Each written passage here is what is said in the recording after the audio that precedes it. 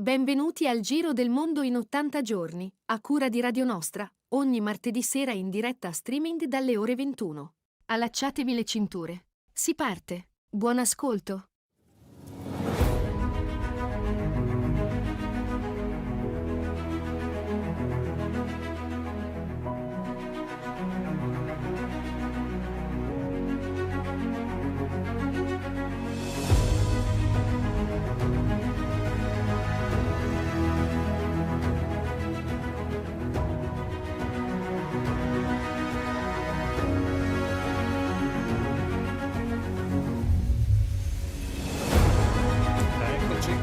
Buonasera a tutti, buongiorno a tutti, buon pomeriggio a tutti e a tutte per chi ci ascolterà poi nel pomeriggio, la mattina, la sera, fra 2 giorni, fra 3 giorni. Nella nostra cestella di Radio Nostra, della mongolfiera di Radio Nostra, con me c'è Rossella. Ciao Rossella! Buonasera Gianluigi e buonasera a tutti gli ascoltatori, siamo pronti al decollo? Sì, siamo pronti, non c'è questa sera Omar che aveva altro da fare, non poteva salire con noi sulla mongolfiera e quindi io direi di mandare subito il primo brano che è di un nostro amico, Stefano Olivato, il nostro amico jazzista che è venuto anche qui a suonare, a mostrarsi che è un musicista a tutto tondo, e ha fatto proprio in questi giorni, è uscito un suo pezzo Fuori Tempo, quindi ascoltiamo Stefano Olivato con Fuori Tempo. Luci a San Siro, il signor G, bomba o non bomba, Patti Smith, e le gite in campagna, Dylan e i Pink Floyd, Enzino Iannazzi e John Coltrane. E qualcosa rimane tra le pagine chiare all'hotel Supramonte a guardare il mare che dà la vita, complicare il pane. Il dono del cervo, Johnny Mitchell, Dario Fo, i Weather Report. E adesso la trap. Nina Simone e Malcolm X, Andy Warhol, Kerouac e il presidente Sandro Pertini, Woody Allen, Gatta, Levi, Umberto Eco e Pasolini, Papa Giovanni e i doveri di Mazzini, e Che Guevara, Gorbaciov, Marco Pannella, il muro di Berlino, Aldo Moro, Berlinguer, il Fender Jazz, Give Peace and Sense, Pablo Neruda, Freud e la cultura che da sola cambia il mondo, per scoprire che alla fine era solo rock and roll.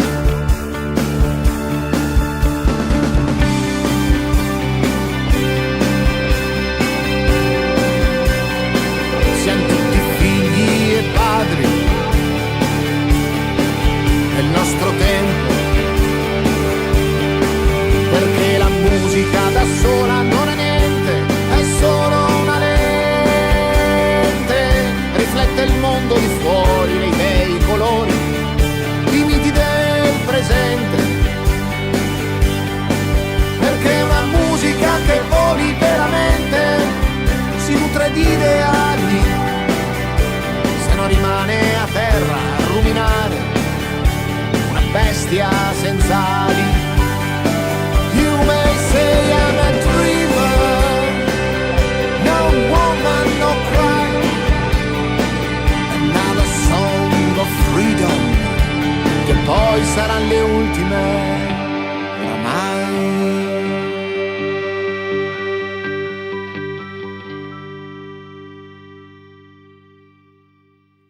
fuori tempo, Stefano Olivato con noi su Radio Nostra, una perla perché è uscito proprio in questi giorni e lo ringraziamo per averci dato questa possibilità di trasmetterlo. Stefano Olivato, bassista, fisarmonicista, vediamo se lo avremo anche ospite qui quando parleremo di strumenti musicali, ma fuori tempo, entriamo adesso con la nostra prima ospite, dove fuori tempo forse se c'è stato qualcosina nel Val di Sole con noi da Trento o in provincia abbiamo da Trento, ecco, l'abbiamo già sentita, la nostra Lucia Coppola. Buonasera Lucia. Buonasera a tutte e a tutti e grazie. Bentornata. Lucia Coppola è consigliera provinciale per Alleanza Verdi Sinistra e noi l'abbiamo chiamata di nuovo per parlare di nuovo di orsi, perché c'è stato un referendum. Adesso Lucia ci spiegherà che tipo di referendum in alcune valli o in una valle dove c'è stata anche un'alta partecipazione, abbiamo capito, e si sono espressi questi cittadini sul mantenere o no gli orsi in Trentino. Vuoi raccontarci un po', Lucia? Sì. Dunque c'è stato questo referendum che chiaramente è un referendum consultivo, indicativo di un sentire più che altro, no? Che però appunto sì, come lei diceva o come tu dicevi, ha visto una partecipazione piuttosto importante della popolazione. Andati a votare, se non sbaglio, 7.731 persone aventi diritto al voto, corrispondenti al 63,16% sempre degli aventi diritto al voto della Val di Sole, e ci sono stati 111 contrari, tutti gli altri che sono andati a votare erano a favore del fatto, insomma, che si mettesse mano all'Aifursus, in pratica quello chiedono, e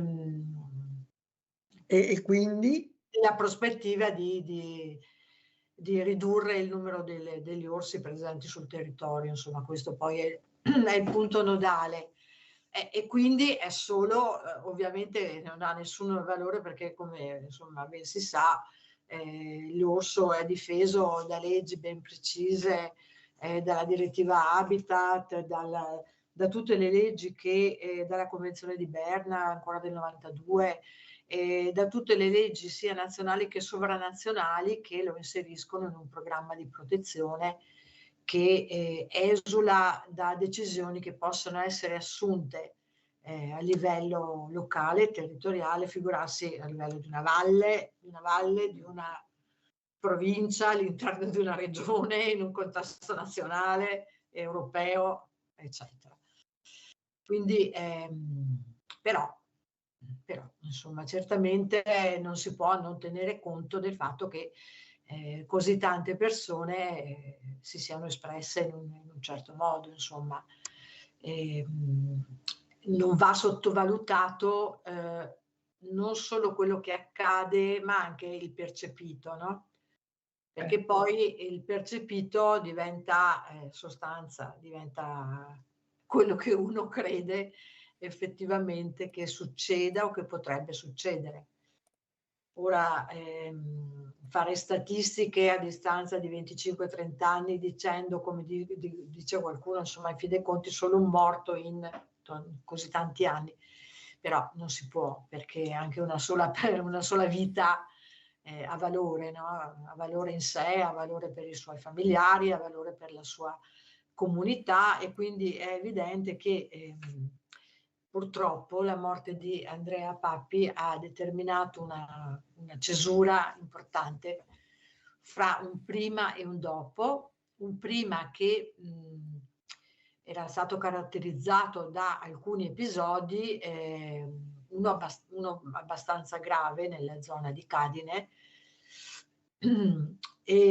però diciamo non era mai successo che ci fossero persone morte, insomma, a causa di un orso, quindi un certo qual timore aleggiava, ma non era così forte da non far muovere le persone pur nei territori dove si sapeva che gli orsi ci sono, insomma, e purtroppo è andata in questo modo. Il Paco Bace prevedeva che e l'Aifursus, che è stato sottoscritto anche da altre regioni, lo sappiamo bene, no?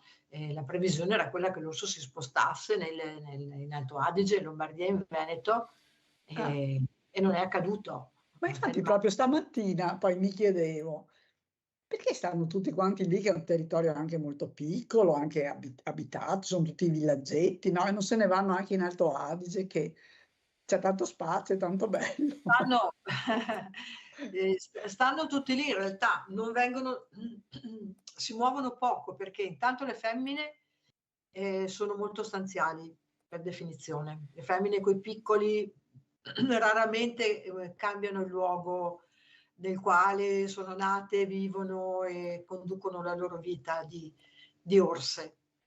E poi c'è il fatto che ci sono delle limitazioni importanti che sono costituite dall'infrastrutturazione del territorio, che comunque presenta da un lato l'autostrada, il fiume Adige, le circonvallazioni, la ferrovia, tutte cose che, a parte qualche coraggioso che ogni tanto si avventura, inducono gli orsi per lo più a rimanere intorno al Brenta, insomma, intorno nel Trentino occidentale. E d'altra parte quei pochi che sono riusciti ad andare in Baviera o sono stati anche uccisi, non dico che si siano fatti un passaparola, però insomma certamente anche i valichi, le montagne, non inducono proprio a questi trasferimenti di massa, eccetera. No. In più c'è una grossa responsabilità, che quella è dovuta sicuramente a chi ha gestito o non ha gestito o ha gestito male la cosa, che si è sempre rifiutati di fare i corridoi faunistici, cioè di facilitare in qualche modo il fatto che gli orsi comunque si spostassero e lo facessero in sicurezza, perché adesso i casi degli investimenti ormai sono parecchi. Ci sono tutti questi orsi che vengono investiti, alcuni sono morti, altri scappano nella boscaglia e non se ne sa più niente, è molto pericoloso anche per gli automobilisti. Anche in un recente incontro che ho fatto in una TV locale, dove c'era presente anche l'assessore Failoni, sollevando il discorso dei corridoi faunistici, che ho portato molte volte in consiglio, eccetera, no, assolutamente no.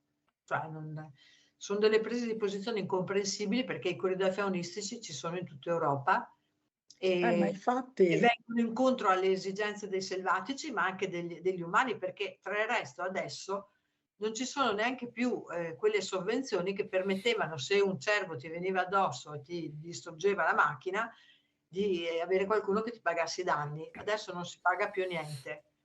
Quindi, fra le altre cose, a parte il pericolo, perché comunque un animale che ti viene addosso sono grossi, ma non solo gli orsi, perché poi ci sono i cervi, ci sono i caprioli, ci sono i camosci, ormai anche tanti animali sono scesi, sono vicini ai paesi, al paese di mio marito, che è Nosellari, tra Lavarone e Folgaria abbiamo i camosci a 20 metri dalle case, che salgono dall'astico, dalle rupi, e sono lì sereni e tranquilli, no?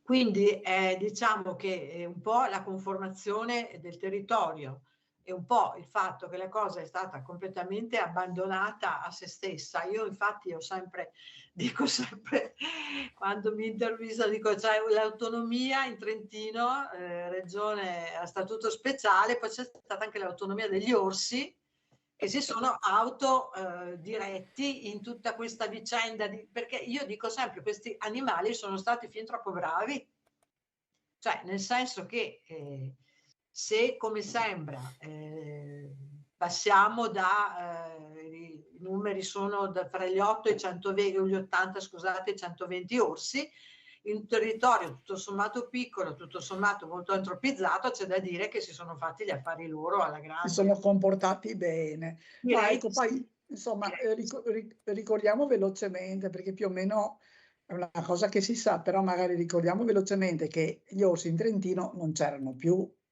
No, no, E no, sono stati appunto introdotti, reintrodotti,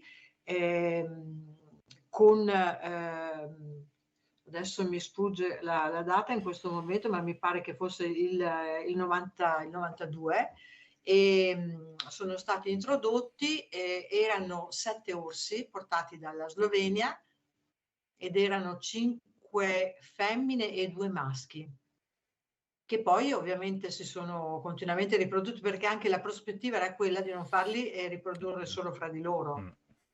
E la prospettiva di un movimento loro, del fatto che si muovessero sul territorio, significava anche un rafforzamento della razza.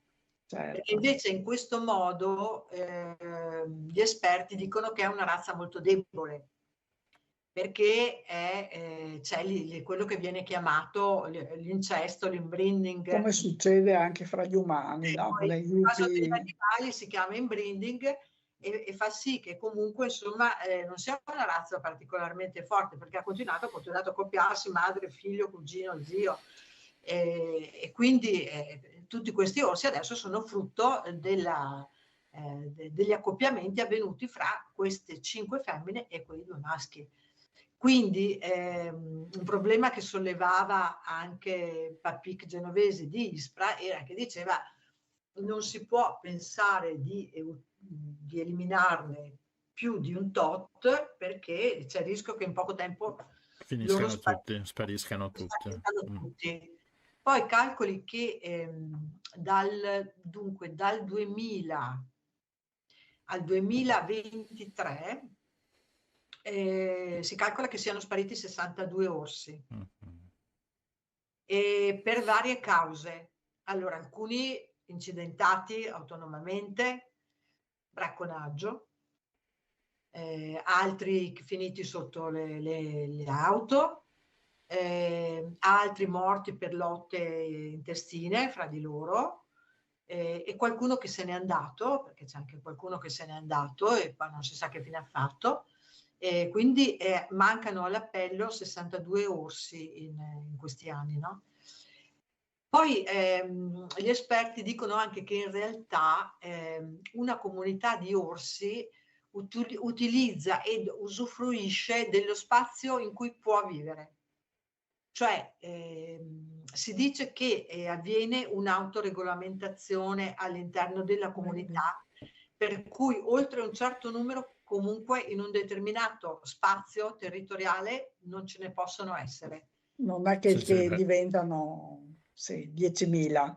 No, No, no. no, è un po' Perché come succede un po' come gli uccelli, lo stesso, che più di tanti, o le aquile stesse, no? Che più di tante in un certo chilometri quadrati non possono starci. Insomma, sì. Assolutamente. E infatti questo è anche dimostrato dal fatto che insomma anche tutti questi orsi che mancano all'appello, alcuni proprio non ci stavano probabilmente, no? Certo. E quindi qual è il tema dei temi? Allora, il tema grosso è che per tantissimi anni non si è fatto niente, nel senso che si è permesso ai cacciatori di andare a pasturare gli ungulati in zone dove si sapeva che gli orsi erano vicini, per cui gli orsi si avvicinavano al limitare del bosco per utilizzare il cibo della pasturazione degli ungulati.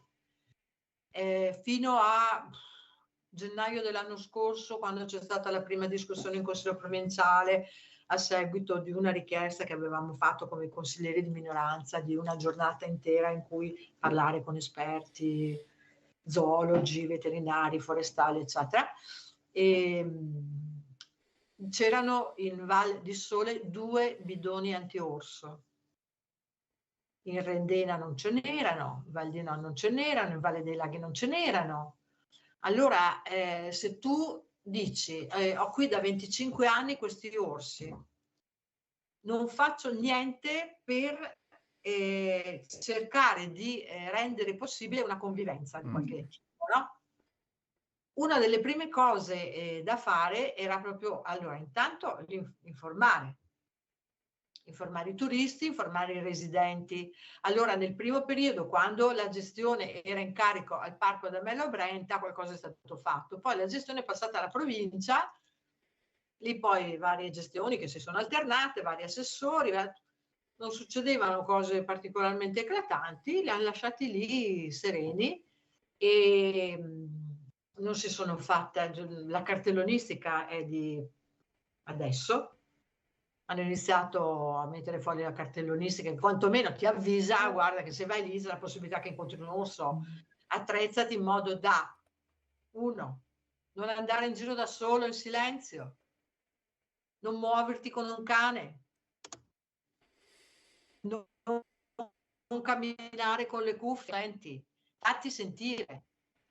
E non a caso non sono mai state aggredite persone più cioè, che non fossero sole.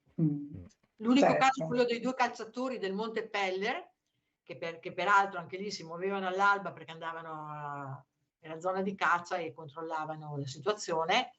E se tu ti muovi in silenzio in un posto dove sai che ci sono conclamati 17 orsi, cioè la probabilità che tu li sbatta addosso, lì sono sbattuti addosso. Cioè se te lo trovi che giri l'angolo e te lo trovi lì. Però io ho visionato fior di filmati dove alcuni della Lava, ma anche di altri, dove c'è il sentiero con le persone che camminano, noi 3 che ci muoviamo camminando e l'orso che in parallelo si muove assieme a noi. Ma va per le robe sue. E non ci guarda neanche, perché noi non è che siamo molto interessanti per un orso. Noi diventiamo interessanti per un orso in situazioni tipo sta mangiando la sua carcassa, quindi cibo, la femmina coi piccoli, come ogni femmina di qualsiasi razza razza umana e animale, e l'incontro è involontario. Tu te lo trovi, gli vai addosso praticamente, no? Lui viene addosso a te, e quindi una situazione di paura. Sta di fatto che l'ultimo turista francese, che con un sangue freddo che io non credo che avrei, ma lui l'ha avuto, che ha fatto quello che doveva fare, che è sdraiarsi a terra, rendersi inoffensivo e mettersi le mani sulla testa, si è preso 3-4 graffi e l'orso si è girato e è andato via. Perché è un atteggiamento di resa questo, no? Di resa, cioè lui più di tanto, insomma, poi chiaro che si ha nelle mani di Dio quando incontri un orso in quel modo, così ravvicinato, però a lui è andata così. Il signore che ha iniziato a bastonarlo, chiaramente non ha fatto la cosa giusta. Non ha fatto la cosa giusta, ma si è salvato, perché comunque spesso gli orsi fanno falsi attacchi. Per esempio dicono che quando l'orso si alza in piedi non necessariamente perché vuole farti del male, è un avviso che ti dà, ti dice vai, qui allora tu dovresti arretrare lentamente, insomma ci sono tutta una serie di cose però che bisognerebbe sapere, che appunto che manca, l'informazione che manca da parte... Quello che è stato aggredito in modo piuttosto violento, quello era un orso molto aggressivo e aveva il cane, e per l'orso il cane è una figura che genera paura, perché lui il suo diretto avversario, a parte gli umani col fucile, ma il suo diretto avversario in natura è il lupo, è l'unico competitore che ha in natura e lui non è in grado di distinguere un cane da un lupo, quindi muoversi come un cane, spesso persone vanno in giro a fare questi giri con i cani liberi, anche che tra l'altro non c'è una legge che dice che non puoi tenere il cane libero, ma è altamente raccomandato, ma nei confronti di tutti i selvatici, non solo riferito all'orso. Ecco, quindi dicevo che tutto questo discorso informativo non è stato fatto né nei confronti della popolazione, men che meno nei confronti dei turisti. Per esempio il fatto di muoversi insieme, di parlare, di cantare, a volte un mazzo di chiavi attaccato allo zaino è sufficiente, cioè bisogna evitare di incrociarlo, perché se lui ti sente va per i cavoli suoi, se non ti sente c'è il caso che magari lo incontri, dopodiché appunto ci sono delle modalità di muoversi e comunque all'interno di un bosco dove sai che ci sono orsi, che appunto purtroppo Andrea Papi all'epoca, cioè, non ha messo in atto, perché comunque era l'imbrunire, correva già la correre per un animale. Se voi ci fate caso, se voi correte un cane, i miei cani sempre dietro. mi venivano addosso se correvo, Certo. o se i miei figli correvano. Correre e il silenzio, non farsi sentire, purtroppo. Adesso, per carità di Dio, nessuno vuole dare colpa a questo povero ragazzo, insomma, che ci ha lasciato la vita nel fiore degli anni. Ovviamente per noi tutti è un motivo di grande dolore, insomma, tra una famiglia molto, come definirla, insomma, anche molto ragionevole, anche molto, loro non si sono mai scagliati contro l'orso in sé e per sé, ma contro la cattiva gestione degli orsi. Mentre preparavamo la trasmissione ci domandavamo io e Rossella, ma come mai su un paese così del Trentino, in pratica tutti quanti, tra virgolette, sono contro gli orsi, mentre in Abruzzo però la cosa si convive benissimo con l'orso, insomma non succedono questi, cioè io non ho mai letto, visto che la popolazione così in massa sia contro l'orso.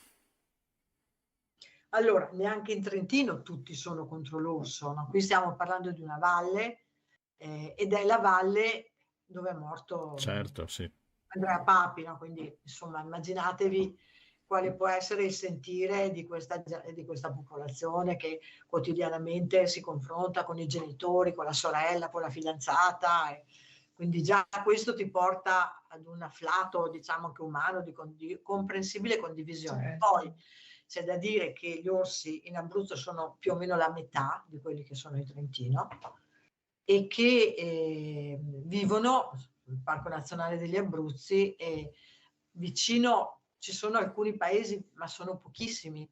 Non vivono in zone antropizzate come il Trentino, come il che Trentino, sì. ogni 5 chilometri c'è un paese. Cioè, è molto diversa la situazione, molto molto diversa. Qui all'inizio, quando è iniziato il progetto, appunto l'Ifurs, le persone erano tutte felicissime, perché io mi ricordo che negli anni 70 avevo bambini piccoli, si andava al lago di Tovel perché si diceva che forse lì avremmo visto l'orso, no? Perché c'erano ancora questi due vecchi orsi, e tra l'altro erano maschi, tutti e due, che poi sono morti, e nell'immaginario era una presenza di bellezza, di natura, di potenza, di forza, perché oltretutto sono animali meravigliosi. Dicono che la struttura di un orso è la più bella in assoluto rispetto a qualsiasi altro animale, la forza, la resistenza, però è un animale che non ti dà scampo perché nuota benissimo, corre benissimo e si arrampica benissimo. Sì. Quindi ha una potenza e un'energia di muoversi anche per 50 km in una giornata se vuole farlo, insomma, no? E quindi la propensione qua della gente era assolutamente positiva, e lo è stata per molti anni, fino a quando non è successo niente. Ed è iniziato a succedere qualcosa più o meno, insomma, 7-8 anni fa, 10 anni fa, ma fino a quel momento incontri ravvicinati, persone ferite non c'erano, per cui si girava tranquillamente dappertutto. Va bene, Lucia.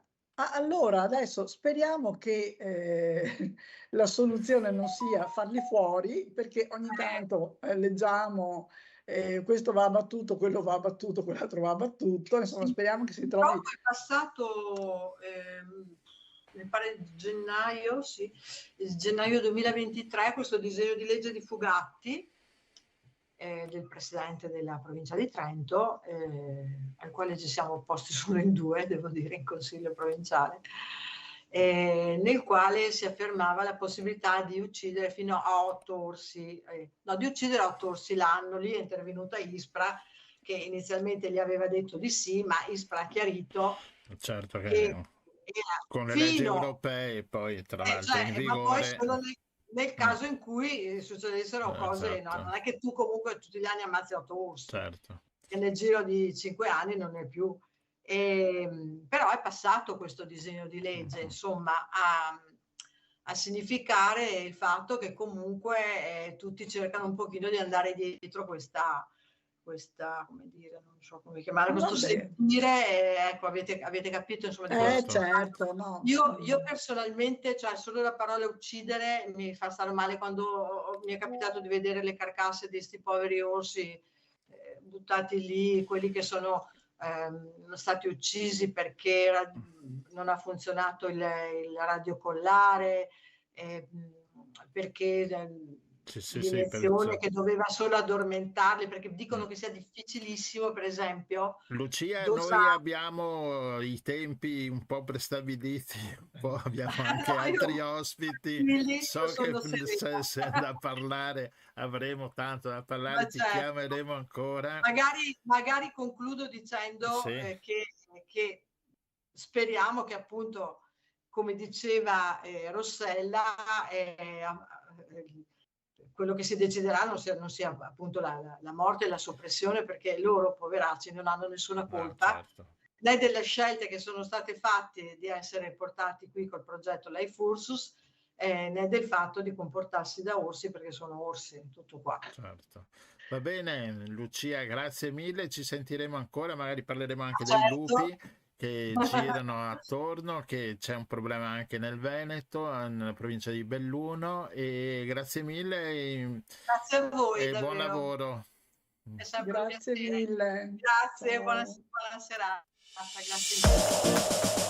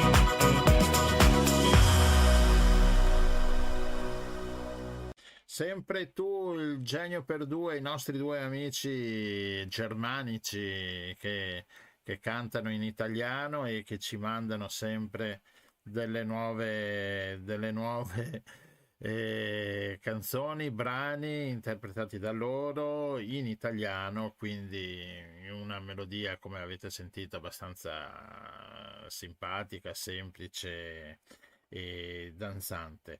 E noi passiamo adesso a parlare sempre di ambiente. Rossella, è una puntata tutta ambientale questa qua. Ad abitare sul pianeta Terra, bisognerà che ce ne occupiamo un pochino di questa Esatto. nostra casa che ci Allora, ospita. esatto, il pretesto è stato il discorso delle dune rimosse qui a Cavallino Treporti da parte, sembra, di una struttura ricettiva con l'autorizzazione comunale. Quindi da questo abbiamo chiamato il nostro secondo ospite, Roberto Scarpa. Buonasera Roberto. Buonasera. Benvenuto. Con Roberto parliamo anche del sottosuolo, no? Di cosa c'è sotto alla terra, alla sabbia, che è un problema non da poco, il discorso appunto del cuneo salineo e anche della subsidenza che si sta aumentando. Leggevo, no, sul tuo trattato che nella parte dei litorali è anche maggiore che non nella parte lagunare centrale, in pratica della città di Venezia. Sì, sul litorale viaggia intorno a 2 o 3 volte più veloce che in laguna. In laguna sono intorno ai 2 mm, cioè sono alcuni picchi ma molto isolati che va un po' oltre. Lì sul litorale siamo a circa 6 mm. All'anno. Quindi sì, se fate il conto poi che c'è anche l'eustatismo, cioè l'acqua si alza per il noto questione climatica, attualmente il litorale sta andando sotto di circa 1 centimetro l'anno. Queste cose sono note ormai da almeno 20 anni, e sul litorale e sull'intorno laguna, perché non è solo il litorale, è anche l'intorno laguna, nessuno se n'è mai occupato. Nel senso che chi si occupa tecnicamente di queste cose, ad esempio il CNR, ha segnalato ripetutamente il problema. C'è stato anche un convegno a Jesolo che segnala che richiamo, presenti gli amministratori nel 2016-2017, ma niente è seguito. Si fanno le valutazioni ambientali e sta cosa qua viene tenuta accuratamente sotto il tema, non si considera. Ma è presente. Anche queste valutazioni ambientali che vengono fatte dove dimostrano che c'è un rischio, poi non vengono quasi mai, insomma. Guarda, vedi, non è che dimostrano che c'è un rischio. Quando va bene segnalano che c'è il rischio, ma poi la conclusione è che tutto si può fare. Esatto, leggevo anche sul progetto di Valle Ossia e Eraclea, no? Anche lì c'è questo problema, ma il villaggio si fa lo stesso. Sì, il villaggio si fa lo stesso, sebbene ci sia una stima di 2 milioni circa 2000 metri cubi, significa 2 milioni di litri al giorno, una stima di consumo, di fabbisogno, perché il villaggio dovrebbe ospitare, non è ben chiaro se 12-14 mila persone, ma in più fanno piscine, campi da palazzetto, attività commerciali e altro, per cui potranno arrivare anche extra, gente che va in piscina, gente che va a vedere gli spettacoli, gente che va a vedere. Quando porti gente sul litorale, oltre a dargli la piscina, dargli da bere, da provvedere, quell'acqua dove vai a prelevarla? A prenderla, certo. Qual è la fonte? 2 anni fa, in piena estate, il Livenza aveva il cuneo salino per decine di chilometri. Non si poteva. Ricordiamo, possiamo ricordare magari cos'è il cuneo salino, se magari chi non abita così in zone. Sì, il documento cerco di spiegarlo, evidentemente se date un'occhiata. Si tratta, i consumi d'acqua ormai consolidate sono a livello tale che sono al di sopra delle disponibilità del sistema. Il sistema, l'origine qual è? Le precipitazioni, la questione meteoclimatica. Abbiamo le precipitazioni annue, magari da quanto si vede inondazioni e via dicendo, producono problema perché sono concentrati in brevi periodi, ma la quantità totale annua è in tendenziale diminuzione. Questo tipo di precipitazione concentrata non ha i presupposti, non ha come si può dire, arriva in modo tale che prevalentemente scorre, finisce nei fiumi grossi e va via.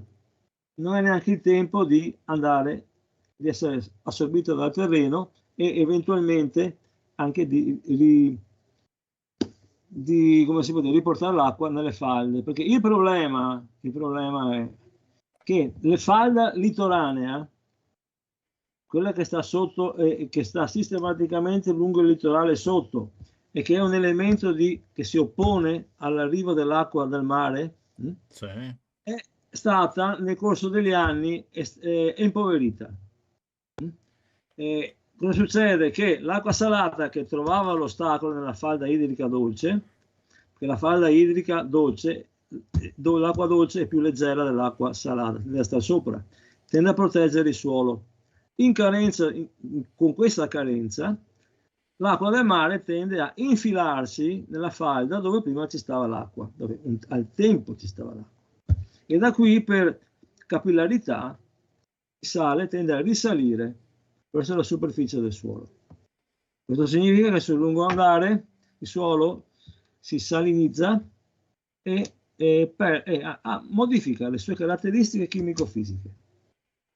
La parte organica tende a ossidarsi, in particolare se ci sono torbe, addirittura abbiamo riduzione di livello di notevole, parliamo di decine di centimetri. Se andate a vedere l'area del Brenta verso Cona, Cavarzere e Cona, abbiamo perso 1 metro, 2 metri nel giro di una ventina d'anni. E arrivata in superficie si vede il sale. Lì l'agricoltura non può più andare. Certo. Il terreno collassa e va giù. Questa è la prospettiva che ha il litorale. Lo segnalavano 20 anni fa ancora. 20 anni fa, e era prima questione da fare arrestare gli emungimenti. Il problema è che non si arrestano e che continua a esserci. Si parla nel 1900, indicava che è stato parlato nel 1995, dal 1999 l'arresto, l'obbligo di eliminare, di arrestare gli emungimenti. La cosa va avanti tranquillamente, il suolo continua ad andare giù, poi dettaglio. Se non erro, a suo tempo, quando è stato fatto il referendum per la separazione Cavallino-Venezia, uno dei motivi, uno dei punti forti che sembrava, era la promessa del consigliere Cannella, che aveva fatto la promessa agli agricoltori che avrebbe portato un acquedotto qualcosa. Sì. Sì, me lo ricordo, che portava l'acquedotto lungo l'acqua, come adesso morale, esatto. Non è arrivato nulla, si continua a emungere. E nel frattempo il litorale del Cavallino ha perso una ventina di centimetri, cioè è sotto, dato sotto 20 centimetri. 20 centimetri. Cioè, allora capite che se il litorale è estesamente eroso, c'è anche una responsabilità, c'è una concomitante che è di responsabilità umana. Lì almeno la metà di quanto, siccome c'è la subsidenza naturale e la subsidenza provocata, circa la metà è provocata. Con le azioni dell'uomo. Basta non mantenere le falde scariche, c'è l'aiuto in più dell'erosione litorale, che il mare, sappiamo, no? Sistematicamente ormai quando c'è la mareggiata ci troviamo i gradini. qualcuno che cerca di rimettere la sabbia, o Sì. qualcuno che cerca di ricreare quelle che chiamano dune.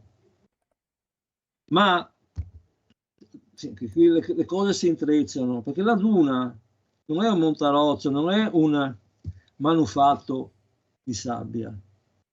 La duna è un elemento evolutivo dell'arenile, che è fatto di azione eolica, di trasporto fluviale e poi ridistribuito dalla corrente marina. Il vento trasporta e le piante fermano. Da qui cresce, trattenute dalle ammofila. Certo, sì, la pianta. Duna bianca. E prima ancora ci sono le piantine delle dune, Sì, come le si piantine chiamano? primitive. Sì, quelle che colonizzano per prime, insomma, il cachile, il santio e cosa c'è? L'altra, la saisola, ecco. Questo elemento comincia a introdurre sostanze organiche, e soprattutto l'ammofila, se andate a vedere quando viene erosa, la duna, vede sotto c'è un reticolo di radici che va sotto per metri. Cioè, la ammofila cresce solo se c'è il trasporto eolico. Col trasporto eolico della sabbia si innalza la duna. In qualche modo è quindi un elemento rinforzato, non è semplicemente l'azione meccanica delle pale che portano lì. È un po' più... Dopodiché si forma secondo una pendenza che anche facilita, diciamo così, l'onda quando si infrange e in sostanza è in grado di ridurre l'inerzia dell'onda e ha un effetto di difesa, anche se è chiaro, entro certi limiti. Perché anche se viene investita dal mare che si alza in alto mezzo metro, anche la duna probabilmente farà poco. Però stiamo giocando veramente con vedere o sentire come che il Marina di Venezia si permette di andare a scalzare la base della duna per andare a fare non so, le sue cose, ecco, balneari, perlomeno dico, visto che siamo poi in un'area dove c'è anche il SIC, se non sbaglio, Sì. il VTSC, SIC, se vai a mettere la mano dovresti perlomeno avere la premura di fare la valutazione, anche se diciamocela chiaramente, la valutazione che è fatta dal comune, dei cavalieri e dei comuni è una paraculata, scusate, una parola, perché siamo sul livello. Cioè, nel comune di Venezia c'era alcuni anni fa un ufficio che ancora aveva un minimo di dignità, insomma è arrivato il Brugnaro, basta, cambiate lavoro che è meglio. Siamo su questi livelli. Ascolta Roberto, ma prima dicevi che tu sei stato a lungo negli enti pubblici come tecnico di pianificazione urbanistica, no? Adesso esiste ancora questa figura nei comuni? Perché mi chiedo, se esiste, saranno competenze anche abbastanza alte e sono in grado di valutare la pericolosità di certe azioni che vengono fatte. Fanno il vaccino prima, la prova. La prova del corso, della disponibilità, dell'acquiescenza. No, Rossella diceva, c'è ancora questa figura nei comuni? Nel comune c'è l'urbanistica certamente. Io non so in questo momento chi possa essere nel comune del Cavallino Tre Porti. No, va bene, ma parliamo in generale, insomma. Ambiente. Ma ad esempio, ti dico, il comune di Venezia, la direzione ambiente non c'è neanche più. Ah, ecco, cioè... ma in ogni caso qualcuno fa le valutazioni ambientali, però è subordinato a un capostruttura che è incaricato dal sindaco spesso, che ha altre, cioè te non puoi fare il tuo lavoro. E questa è la questione di cui si deve rendere conto il cittadino. La struttura pubblica non fa più il lavoro di tutela dei cittadini. Le norme ambientali nell'area veneziana ormai sono 20 anni che non sono più applicate. Cioè, questo è molto rassicurante, visto che va tutto bene per quanto riguarda l'aspetto ambientale. Quindi, ma chi lo dice? No, era un tentativo di battuta, perché se in te questi lavori, anni. se te lavori come si deve, fai la fine che dicevo prima, esemplare il Comune di Venezia. Ma non solo, perché questo è il metodo consolidato di lavoro, di operare, e all'esterno i professionisti, se vogliono lavorare, lavorano con questa regola. Vai a vedere Agriteco che tipo di valutazioni fa. Vai a vedere Terre, che è quello che attualmente poi il suo ex proprietario residente è diventato il presidente dell'autorità per la laguna. Siamo su questi livelli. Io sono 20 anni che vedo valutazioni ambientali che sono, scusami, non so, sono già definite prima. Cioè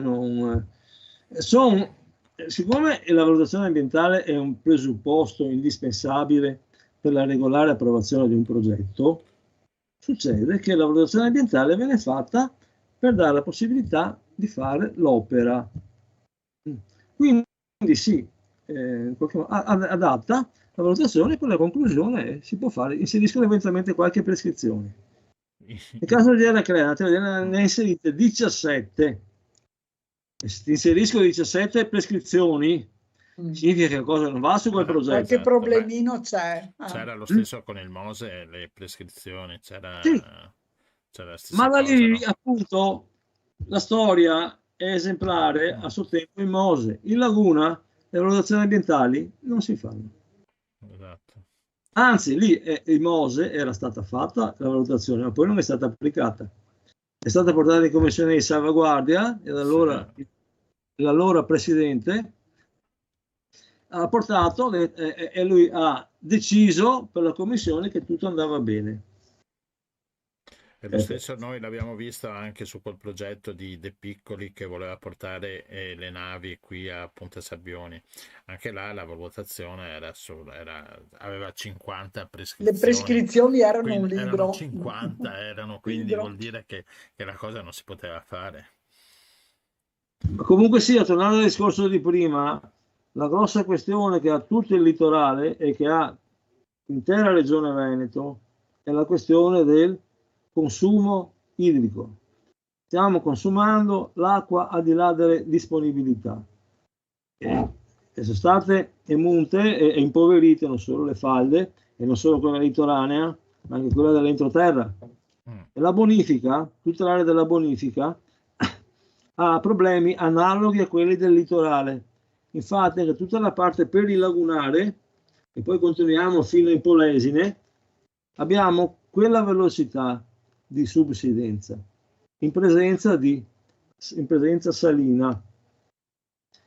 Se voi, qualche anno fa, 2 o 3 anni fa, è stato anche ripetutamente in estate, ma sì, c'è sto cuneo salino, ma sì, va su Piave era a 30-40 km e Livenza a 60 km sul Po. Altri canali più o meno anche il Desile qui avevano sta cosa, ma cosa significa?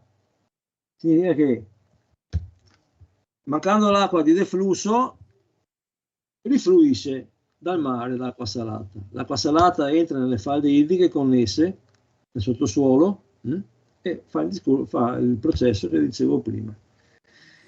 Bene, ci ha dato un quadro abbastanza preoccupante, più preoccupante di quanto credevamo. Ma il quadro è preoccupante e che pervicacemente si considera a non volerlo vedere. Non si prende in considerazione. Questo capisci, è una cosa talmente pesante che io penso che anche un imprenditore turistico avveduto dovrebbe considerare questa cosa. Certo. Prima di dire aumentiamo la ricettività turistica, che vuol dire aumentiamo i consumi idrici, nel periodo in cui è massima la domanda anche dell'agricoltura, che già, dove troviamo l'acqua? Dove la trovi? Non c'è. Se non c'è, cosa fai? Ti livelli ancora e peggiori la situazione e faciliti l'arrivo del siamo su problema, attualmente piove, il problema è l'inondazione. Certo che è un problema, ma è connesso alla questione appunto climatica. Dicevo prima, si restringono i periodi di precipitazione e inevitabilmente poi si allungano i periodi in cui l'acqua non c'è.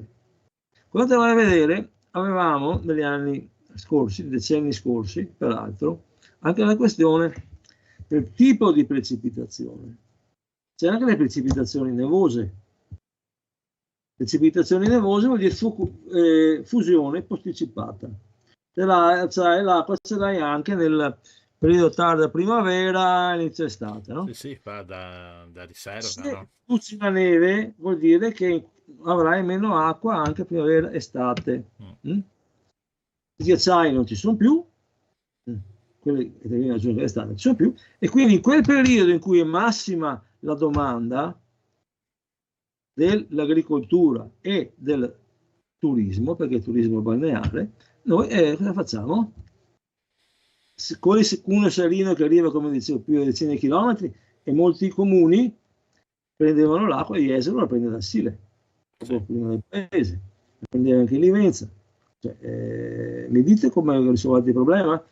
So anche, ad esempio, che Caorle hanno anche delle prese degli acquedotti che vanno fino al ponte a partire sull'acqua lì, la tirano su dalla falda e impoveriscono ulteriormente. Sì, diventa un circolo vizioso in sostanza. Quindi o la questione è chiara, e ad esempio anche sul litorale cominciano a mettere un po' le mani avanti. Il problema non è il turismo aggiuntivo di domani, il problema è eventualmente assicurare il turismo che c'è oggi prospettive. E quando te poi aumenti la ricettività, Jesolo soprattutto con nuove edificazioni, il Cavallino sembra un po' campeggio, un po' comunque anche impermeabilizzare ulteriormente il suolo ostacola ulteriormente la presenza dell'acqua nel suolo, l'infiltrazione e la presenza dell'umidità che è essenziale perché non arrivi sui sale. Cioè, e questo è un problema che dico, prima mi diceva ma queste persone che lavorano lì, sì, ma cioè, lo trovi alla Cleva alle Ossi, il piano regolatore diceva guardate che quell'area è sconsigliata l'insediamento perché ci sono Cuneo Salino, subsidenza, pericolo poi di inondazione, ok. Hanno presentato i proprietari il progetto di nuovo insediamento, è andato avanti e non solo con la prima valutazione ambientale, ma ne ha fatti due, perché ha fatto la seconda valutazione sul progetto, perché prima era il piano, cioè trasformo la zona agricola in area ricettiva, cos'era il villaggio turistico per, dicevo prima, 14.000 persone e Menico Olivari. Dopodiché ha approvato il piano, che grosso modo individua le aree dove metterò il campeggio, dove metterò le piscine, dove metterò. Faccio il progetto, cioè i manufatti, gli edifici, le opere vere e proprie. Questo è stato sottoposto a VIA e la VIA, se leggete, è rinviata all'esito conclusivo al dicembre di 2024. Dicembre prossimo. Su questo forse sarebbe opportuno provare a segnalare, ma guardate che quella cosa c'è ancora, cioè non l'avete considerata perché è sempre stata rinviata la questione. Si faranno i monitoraggi dopo per vedere se c'è il Cuneo Salino, ma si è generalizzata sta cosa, è ampiamente provato dagli studi, cioè non è come rinviare e vedremo, e intanto facciamo le opere, no? Certo. Quindi forse siete ancora. Dopodiché per la questione, dicevo, delle dune, cioè, se si va a mettere le mani sulle dune in una zona delta CC, ci dovrebbe essere perlomeno una vinca. Cioè le dune dovrebbero stare dove sono, insomma, anche quelle che si creano nuove, ecco, diciamo. È un elemento di sicurezza, capite, la duna. Noi sì capiamo. Ma se non erro, bisognerebbe verificare l'area. Negli anni scorsi ci sono stati dei investimenti erano legati probabilmente alle opere di compensazione del Mose. Cioè sì. Finanziamenti pubblici. Finanziamenti pubblici per fare le dune che dopo vengono dimezzate. Finanziamenti pianate. Servivano a compensare bene, i danni provocati dall'approvazione del progetto Mose che non rispettava le norme ambientali. Esatto. Questo l'ha detto la Commissione europea.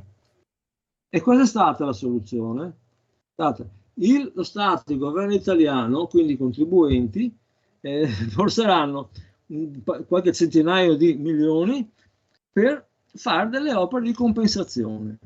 Queste opere sono finite in parte devono ancora essere utilizzate, in parte sono finite per fare le dune, per rifar crescere le dune, per far ricomparire le dune sul litorale. Certo. Sono cose da mettersi le mani nei capelli. Un po' Le sì. cose le fate lì. Infatti vedo qualcuno che si sta proprio mettendo le mani nei capelli. Ascolta Roberto, noi siamo molto in ritardo sulla nostra scaletta, come è più o meno la regola, perché non siamo bravi con i tempi. Però ti ringraziamo, ci hai detto delle cose abbastanza angoscianti. Magari ti richiamiamo per Sì, parlare più esatto. specificamente di qualcuno dei tanti aspetti così E che hai guardate, toccato date questa sera. un'occhiata a quella delibera che vi ho inviato. Sì, La ho signora visto. sindaca, quando era all'opposizione, reclamava l'irregolarità del piano urbanistico del Cavallino. Certo. Perché lì non è cosa da poco. Il piano urbanistico del Cavallino è subordinato all'applicazione delle prescrizioni del PALAV. Ci sono aree del Cavallino in cui è stata fatta anche edificazione, in cui il PALAV non consentiva di fare queste cose.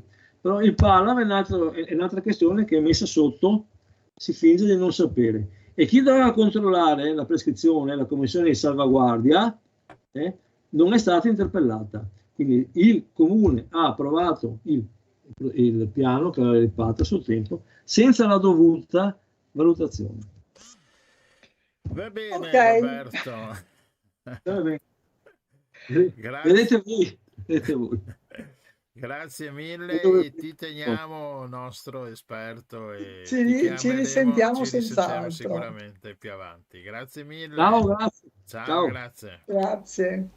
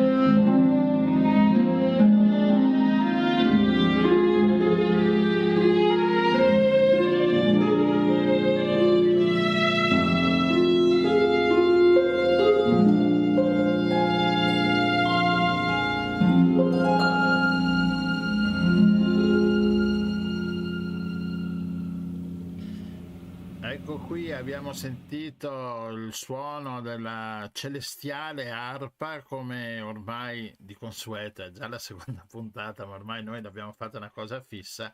Ogni puntata parleremo di uno strumento musicale. Questa sera parleremo dell'arpa, come avete sentito. L'arpa avete visto anche suonata da Alessandra Trentin, e chi abbiamo come ospite? Abbiamo Alessandra Trentin. Ciao Alessandra, buonasera. Ciao, grazie a tutti, grazie per l'invito, è sempre una meraviglia poter essere con voi. Benvenuta, infatti anche noi siamo molto contenti di averti con noi. Allora Grazie. Alessandra, quest'arpa, raccontaci un po' l'arpa, che abbiamo parlato di questioni ambientali, abbiamo l'arpa Veneto, c'è anche l'arpa per quanto riguarda l'ufficio ambientale regionali, che si chiamano ARPA appunto, e hanno come simbolo l'arpa, però per dirti, quindi raccontaci un po' l'arpa. Grande fantasia. Perché quando clicchi arpa poi ti capita questa cosa. Esatto. Ok, allora, che cosa ti racconto dell'arpa? Vi racconto dell'arpa. Allora, l'arpa che cosa posso dire? È lo strumento per certi versi del cielo, per altri versi è l'arpa delle arpie non lo è, ma insomma è uno strumento che comunque ammalia, quindi è uno strumento che va nello spirito e cerca di incantare, quindi sì, può essere lo strumento del bene e del male, diciamo così, in modo simpatico. È uno strumento, uno degli strumenti più antichi in assoluto, questo per essere seri, diciamo, insomma, è uno degli strumenti più antichi perché nasce appunto dalla vibrazione di una corda, e quindi vado su questo? Certo, posso sì. continuare su Sì, questo sì, tono? Certo. E quindi lo strumento che nasce dalla vibrazione di una corda, e quindi abbiamo tutta la mitologia, abbiamo Apollo che suonava l'arpa, ma prima di Apollo la corda nasce dalla tartaruga che si essica, e quindi da lì nasce la corda, insomma ci sono tanti racconti mitologici su questo. Però rimaniamo in questa forma un po' da favola, da fiaba, no? È molto anche rilassante, no? Sentire l'arpa, no? È proprio ti dà un senso di pace, di relax, no? Di relax. Mi diceva qualcuno, una persona a me molto cara, che dice l'arpa è fluida, è come l'acqua. E ti dà questa sensazione di tranquillità, di serenità, finché la corda viene fatta vibrare in quel modo, naturalmente, perché ascoltiamo brani del 700, diciamo, che fanno vibrare così in modo morbido in alcuni adagi, oppure la possiamo ascoltare anche più avanti, o nel Novecento anche con John Cage, in A Landscape di John Cage, che può sembrare una follia detta, però Cage la fa vibrare l'arpa in un modo rilassante. Dopodiché invece ci sono brani che non sono rilassanti per nulla, e quindi l'arpa è questo e quello. Dobbiamo pensarla come un pianoforte. Esatto, in effetti volevo dirti, è un pianoforte in piedi, però la cassa armonica dell'arpa, cioè ha un suono veramente forte, perché la senti benissimo in un teatro, ma a distanza senti benissimo l'arpa, no? Quando suona. Sì, esattamente. Visivamente è quello che dici proprio, Gianluigi. Mettiamo in piedi un pianoforte e la possiamo con simpatia pensare l'arpa messa nella sua posizione, sicuramente. Perché? Ma perché la possiamo pensare così? Perché è la struttura della corda che da grave, quindi corda lunga, come nel pianoforte, va via via accorciandosi nella corda più piccola che ha il suono più acuto. Quindi l'estensione è come quella del pianoforte o è minore? No, Minore. no, è poco meno, poco meno. Sai cos'è la cosa interessante però, che però accade solo nell'arpa?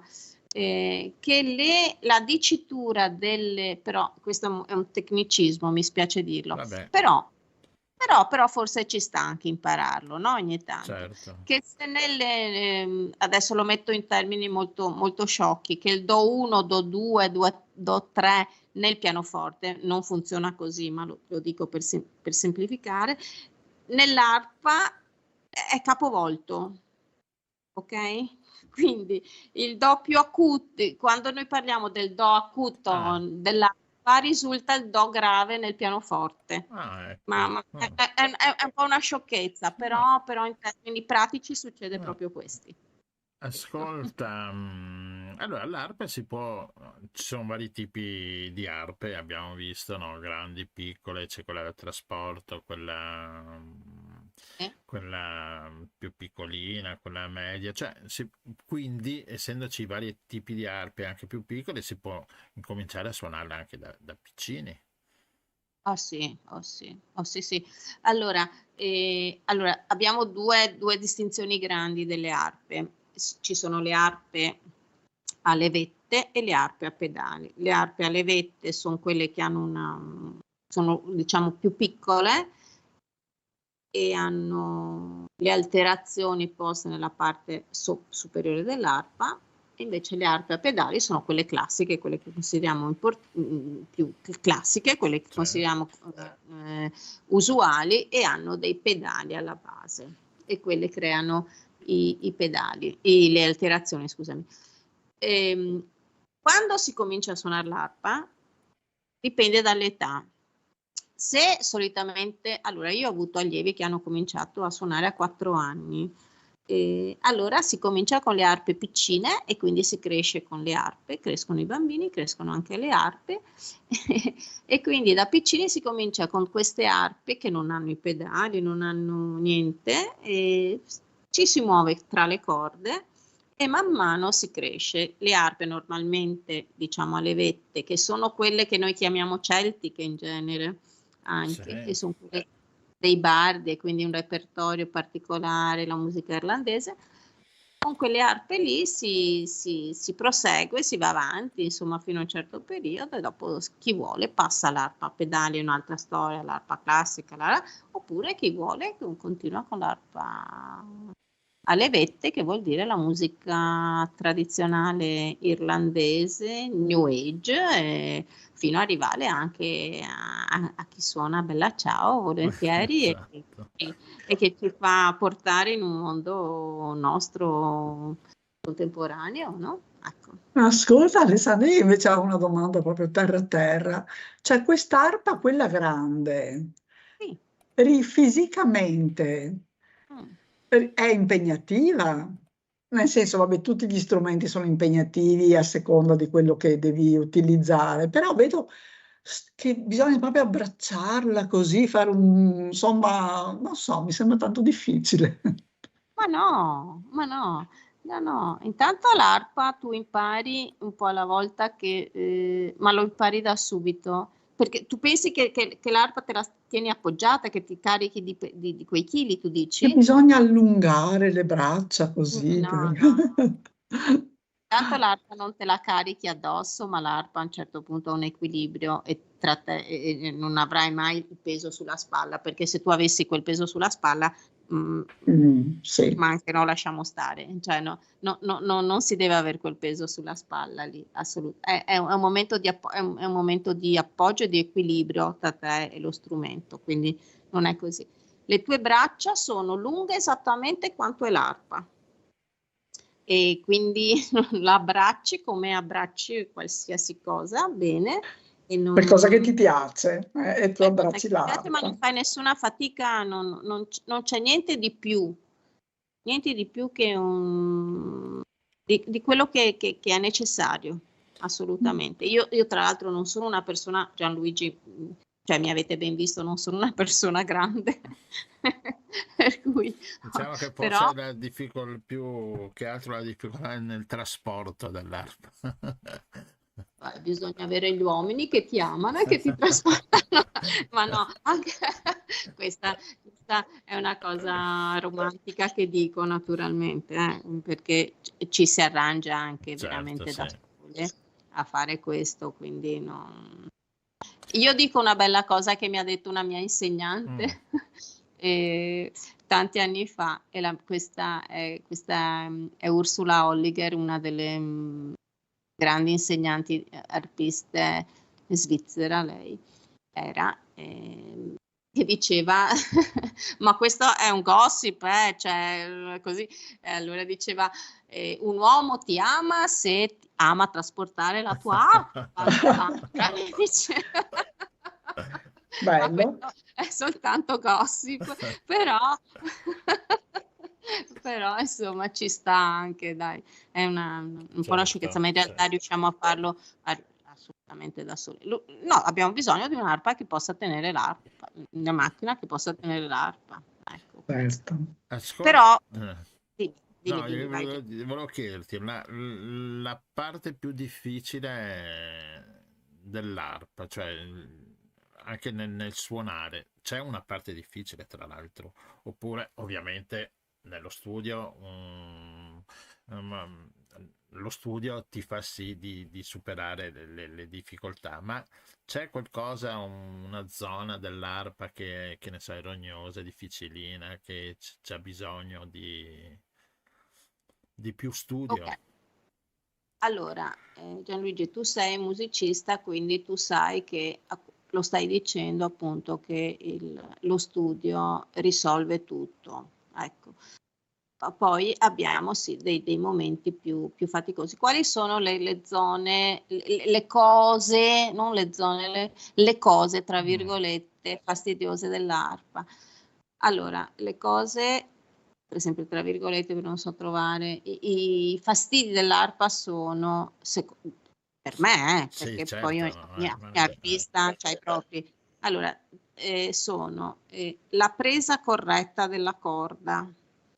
La presa corretta della corda, se non è corretta, appunto, se la presa non è corretta, provoca dei fastidi che si chiamano frizzii, che vuol dire prendere la corda mentre vibra e questa corda fa zzz e poi c'è l'attacco della corda, ecco. Quindi prendere la corda nella sua vibrazione in modo corretto.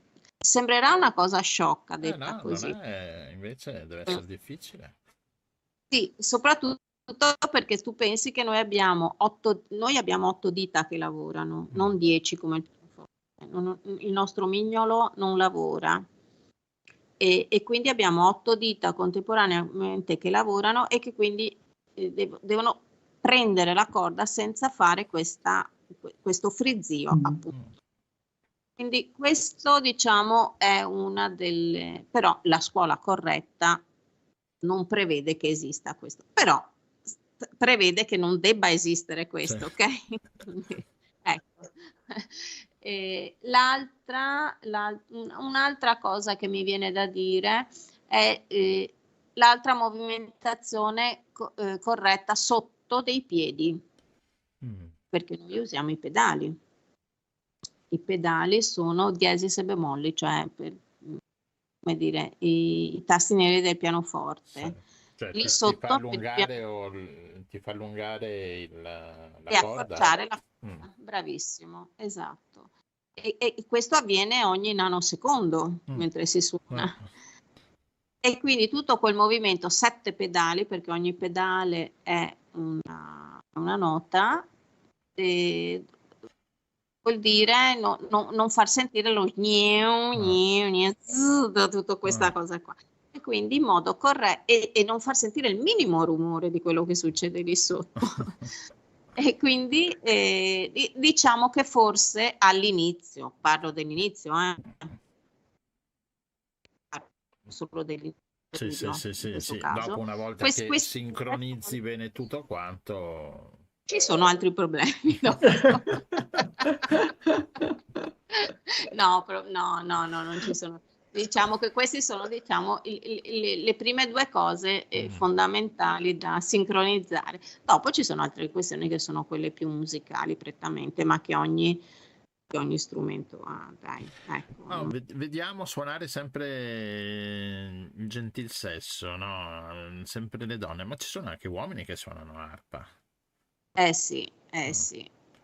Pensiamo che, allora, intanto Apollo era un uomo. Partiamo dall'inizio. Partiamo dall'inizio, ok. Davide, ok, stiamo parlando degli ebrei, Sì. era un uomo, eppure suonava l'arpa. E da lì tutto un po', e sono sempre uomini, ma perché nella storia comunque umana, dell'umanità, ci sono sempre gli uomini, ok? Sì. Non troviamo, in Irlanda tutta la scuola irlandese è cominciata con Carola, i bardi erano tutti uomini, tutta la scuola francese 700-800 uomini, la scuola italiana poi ha cambiato qualcosa per fortuna, però se noi adesso ricordiamo qualcuno del secolo scorso, il più grande e virtuoso d'arpa, Nicanor Zavaleta, è un uomo, e quindi il leader mondiale delle arpe, la ditta Salvi, la quale io sono grande stimatrice naturalmente, la ditta Salvi, chi è stata chiamata Salvi non vuol dire niente, Salvi detta così, ma chi era? Era un arpista italiano, migrante in America, che poi ha deciso di tornare in Italia e ha creato la Salvi Arps, che è leader nel mondo, e quindi era un uomo, quindi era un uomo, quindi erano gli uomini comunque che la scuola francese, Jamet, ma prima Tournier, sono tutti uomini, tutti uomini, sempre, perché la storia comunque fa che gli uomini fossero nel mondo comunque del potere. Scusate, dopo se vogliamo fare una puntata... Sappiamo che hai tutto un repertorio di musiciste, di compositrici donne, no? Che hai portato... Bravo. Al pubblico, insomma, e quindi ci sono anche le donne, dai. Ci sono anche le donne, sicuramente, però la scuola d'arpa è tuttora, io non voglio nominare adesso perché farei torto sicuramente ad qualcuno, ma in Italia stesso abbiamo degli uomini che suonano, ci sono musicisti, arpisti uomini fantastici, quindi ce li abbiamo, meno forse oggi un po' di più di 20 anni fa, sì, 30 sicuramente. anni fa. Sicuramente, però meno di 100 anni fa, sicuro. Sì, sì. Okay? Quindi adesso c'è una ripresa, è una questione di tempi, di gusti. Perché appunto si vede, c'è anche questo suono che sembra anche femminile, no? Però insomma... Ma insomma, tu mi hai visto suonare, tu sai che c'è una forza molto... sì. Quindi non è maschile o femminile. Anzi, posso dirti, io invidio molto i maschi che hanno la loro forza fisica, naturale, e che possono dosare fino al minimo, e invece noi donne, magari qualcuno dirà, ma non è vero, cosa dice la Trentina? Non mi importa, però noi abbiamo un deficit, chiaro, certo, la forza che hanno. Va bene. Insomma. Alessandra, dove ti possiamo sentire fra poco? Allora, mi puoi sentire domenica a Villa del Conte, in duo con il collega Luca Dal Sas. Conte dove? Verso il Padovano siamo. Sì, in provincia di Padova, sì. Padova Nord. Esatto. tutto, siamo lì con brani dell'opera nostra italiana, Verdi, Donizetti, Rossini, siamo lì, facciamo una replica, poi mi puoi sentire in dicembre a Porte Grandi, poi no, ci sono tante cose, ma te le mando. Sì, lo so che tu le mandi, io le invio a mia volta.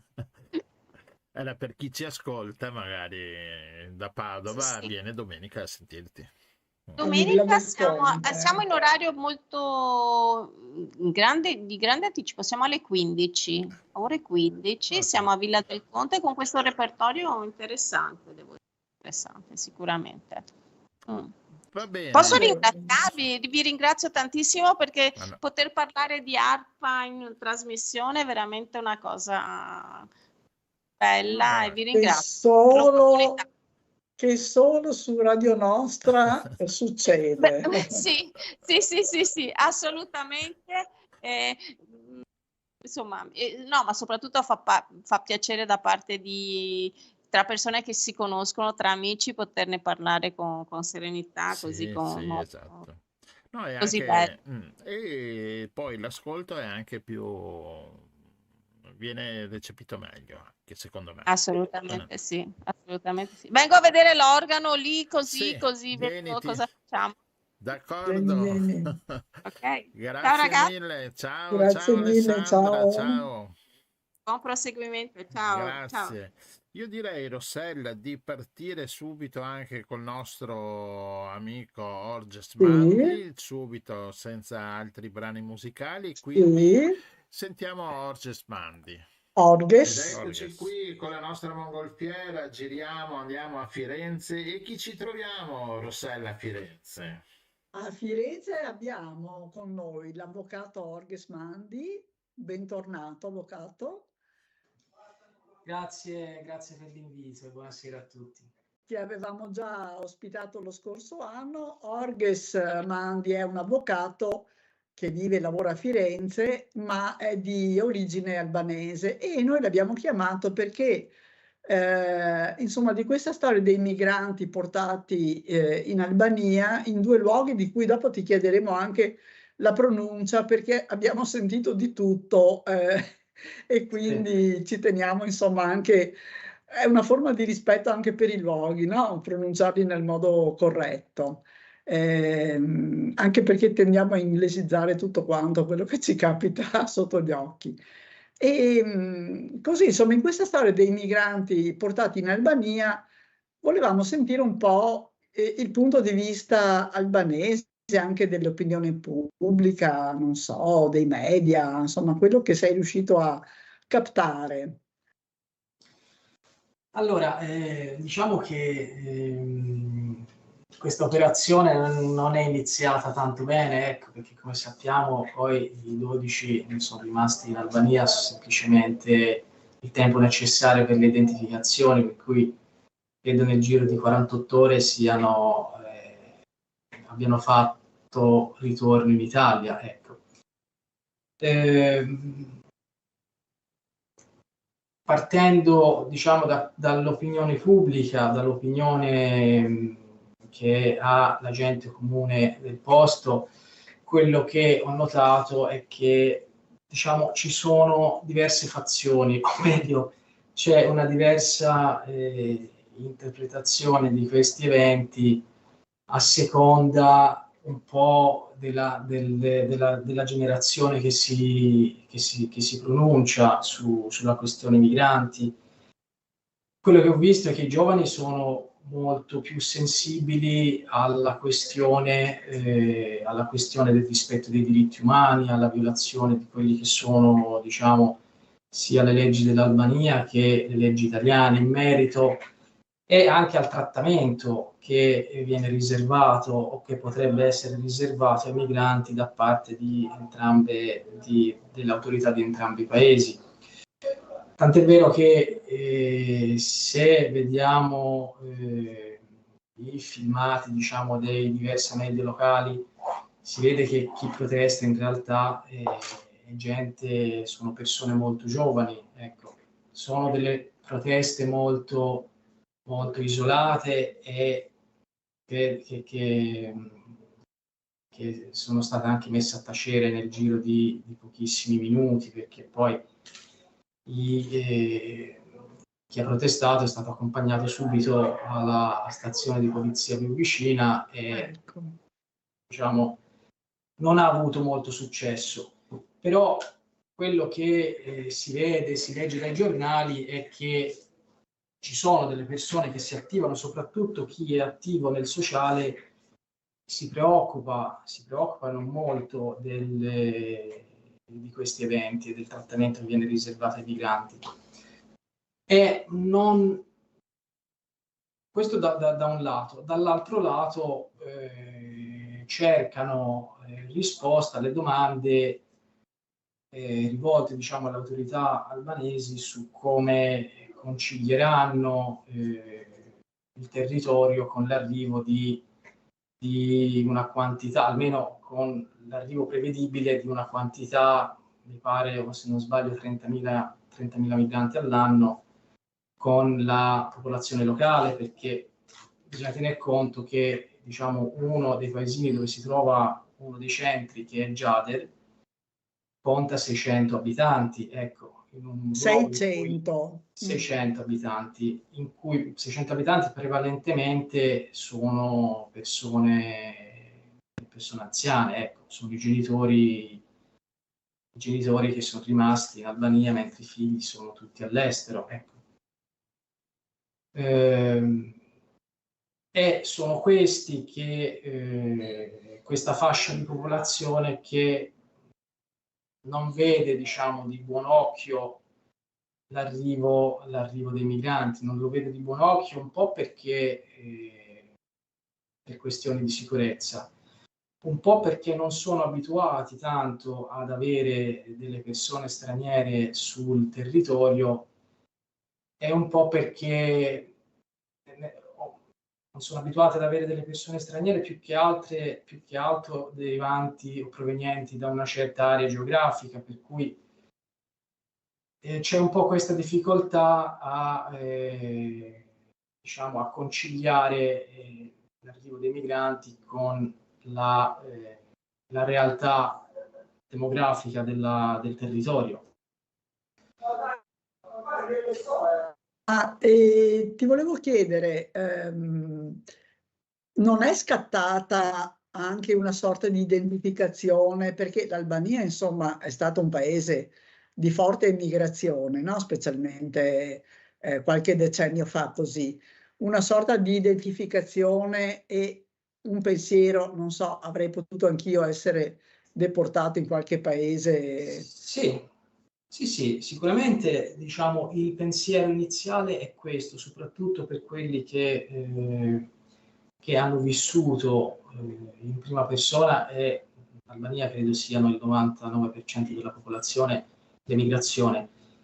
È però una identificazione che secondo me, o almeno da quello che ho sentito e letto, che è un po', diciamo, passeggera, è momentanea, perché poi il discorso prende un'altra piega, che è quello della sicurezza, quello della gestione di una tale quantità di, diciamo, di stranieri sul territorio, di una preoccupazione circa la sicurezza, diciamo, la sicurezza del territorio. È un po' come dire, tanto, diciamo, gli albanesi da questo punto di vista mi sembra un po' di ascoltare una certa parte anche della popolazione in Italia, in cui quando dicevano sì è vero, però è un po' fanno anche, si esprimono un po' in questi termini, ecco. Ascolta, è vero che anche noi eravamo migranti, però loro in qualche modo sono peggio. Certo, sì. Vengono da paesi più lontani, più esotici, Esatto. Ascolta, invece dal punto di vista dell'impatto economico su questa località piccolissima, abbiamo capito 600 abitanti, perché comunque ci sono anche gli italiani immagino che avranno gli alloggi forse dentro a questo compound che è stato costruito, ma comunque devono uscire, devono mangiare, devono fare la spesa, devono... Sì, l'impatto economico c'è stato ed è stato anche abbastanza notevole, per cui in una realtà di 600 abitanti faccio un esempio, il canone mensile degli affitti è schizzato da 50 euro al mese a 400, ecco, perché i funzionari italiani possono benissimo permettersi di pagare 400 e non gli sembra nemmeno tanto, ecco. Però 400 euro in una realtà del genere significa avere un altro stipendio pieno. Per cui da questo punto di vista o meglio coloro che riescono a sfruttare economicamente il fenomeno sono contentissimi. Ovviamente l'opinione quella a cui mi riferivo prima è di persone che in qualche modo sono incapaci di gestire economicamente, di sfruttare economicamente, diciamo, questo tipo di fenomeno. Ascolta, e sui giornali, sui media è stata approvata l'operazione, perché comunque dà spazio, anche visibilità, insomma, a un piccolo paese che aspetta di entrare in Europa, tra l'altro da almeno 20 anni. Sì, diciamo che quelli che i media che pongono in maniera più decisa il problema sono i media locali, che però hanno una risonanza appunto locale. I media nazionali invece sono abbastanza, come dire, asettiche nel trattare il problema, per cui non si riesce a capire quale sia la posizione di un giornale oppure di un canale televisivo, cioè più è una rappresentazione dei fatti visiva e scritta, che è un racconto.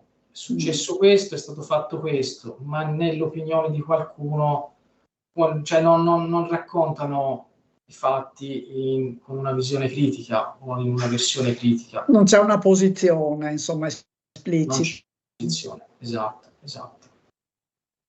Quindi, vabbè, quindi insomma gli unici che si sono espressi con delle critiche sono dei gruppi di giovani. In Italia non è arrivata questa cosa, almeno io non so. Sì, quando parlo di gruppi di giovani non bisogna immaginare di un gruppo di 200 persone che si raduna davanti al centro e qualche decina. Esatto, una decina. Sì. Ma qualche decina. Che cosa, l'impressione che impressione c'è stata su questa prima entrata di questi 16 migranti, che dopo in 48 ore se ne sono già andati, se ne sono tornati indietro? Cioè, che impressione ha fatto? Cioè, si sono messi a ridere? Sì, diciamo di sì. Ecco, non è stata una bella figura che è stata fatta. Qualcuno l'aveva anche anticipato, diciamo, qualche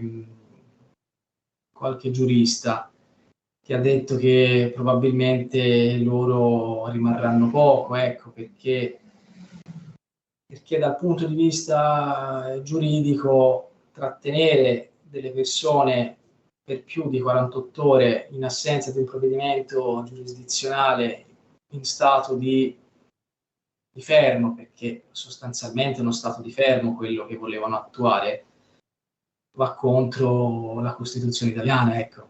Non c'è legge che tenga dinanzi all'articolo 13 della Costituzione, in cui ti dice che il giudice è quello che garantisce la libertà, o è il giudice che o c'è stata la commissione di un reato, altrimenti dal punto di vista amministrativo le persone non si possono trattenere più di tanto, ecco. Certo. E vabbè, rimangono poi i vari problemi giuridici, compresa la giurisdizione su quest'area dove sorge questo centro, Perché quello è territorio albanese, giusto? Quello è territorio albanese e diciamo non è molto chiara per la Corte Costituzionale albanese, pare sia molto chiara, però ecco, per gli altri giuristi non è molto chiara la costituzionalità dell'accordo rispetto alla Costituzione albanese, con riferimento alla Costituzione albanese. Tant'è vero che la sentenza della Corte Costituzionale è stata adottata con 5 voti su 4, 5 a favore e 4 contrari. Quindi spaccato proprio. Sì, sì.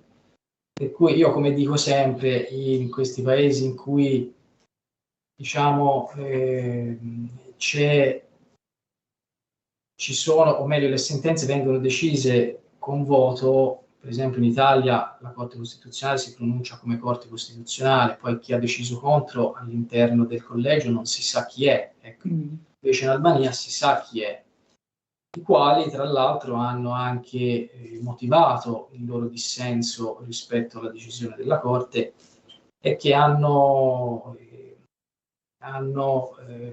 portato dei punti di riferimento molto interessanti che fanno capire ancora meglio l'operazione diciamo, che ha fatto il governo albanese per arrivare a concludere questo tipo di accordo. Ecco.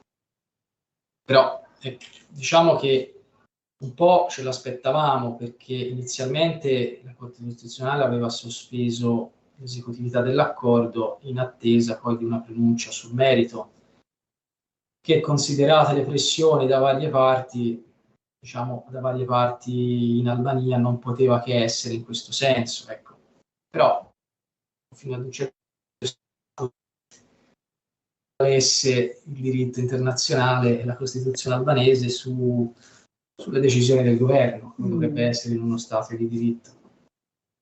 Però non è stato così, quindi credo che ora l'ultimo argine sia la Corte Costituzionale italiana, ma qualcuno deve portare la questione fino a lì. Certo. Ma insomma vediamo come evolve, perché l'inizio è stato abbastanza sconcertante. No, in Italia sui media abbiamo visto un paio di abitanti di Shenzhen che dicevano: ma come? Ma vanno di nuovo? Ma se sono appena arrivati, ma perché fanno così? Cioè era molto il famoso buonsenso popolare, no? Che in certi casi... Sì, per carità, io nel senso è un po' quello che ho percepito, un po' la paura dell'ignoto, la paura di quello che non conosci, dello straniero, perché in fin dei conti in Albania diciamo, non viene rifiutato nessuno una volta che, o meglio, l'aiuto non viene rifiutato a nessuno. E sono convinto che anche quelle persone che magari si mostrano un po' perplessi, non appena conoscono le storie di queste persone si identificano in maniera molto più intensa. Però è verissimo, da un punto di vista umano assolutamente sì, credo che andrà proprio come dici tu, da un punto di vista umano. Sì. Stiamo a vedere cosa fanno i governi. Sì, è l'informazione che viene un po' veicolata male. Certo. Perché quando la notizia è di 30.000 persone all'anno in un paese in cui ci sono 600 abitanti, lo so, ecco, così il primo impatto non dovrebbe essere molto rassicurante. Certo. Anche perché è un paese che non è abituato a un'immigrazione, no? Credo, se non in numeri piccolissimi, quindi è più che comprensibile, insomma, questa perplessità da parte degli abitanti. Sì, poi si tratta cioè queste strutture non si trovano nelle grandi città, si trovano in mezzo alla campagna in cui non c'è praticamente nulla. C'è una montagna dove c'era una vecchia base militare ex comunista e l'altro è vicino al porto di Shenzhen. Quindi gli abitanti da quelle zone che non sono zone turistiche, che non vedono turisti tutti i giorni, non sono abituate alle persone del luogo, agli abitanti del luogo, non a persone che arrivano dall'altra parte del mondo. Certo. Va bene, bene. Orge, stiamo a vedere come evolve questa Vediamo storia. il prossimo sbarco, quanti saranno e quanto rimarranno in terra albanese. Dopo Per il faremo una momento- classifica. Per il momento Diciamo l'unica che- certezza sono le spese abbastanza ingenti Quelle che... senz'altro. Sì. Quelle sono veramente sproporzionate, diciamo, all'obiettivo che si vuole raggiungere. Veramente sproporzionate, credo che se fossero in qualche modo investite in maniera più consapevole e accorta sarebbe stato molto più utile.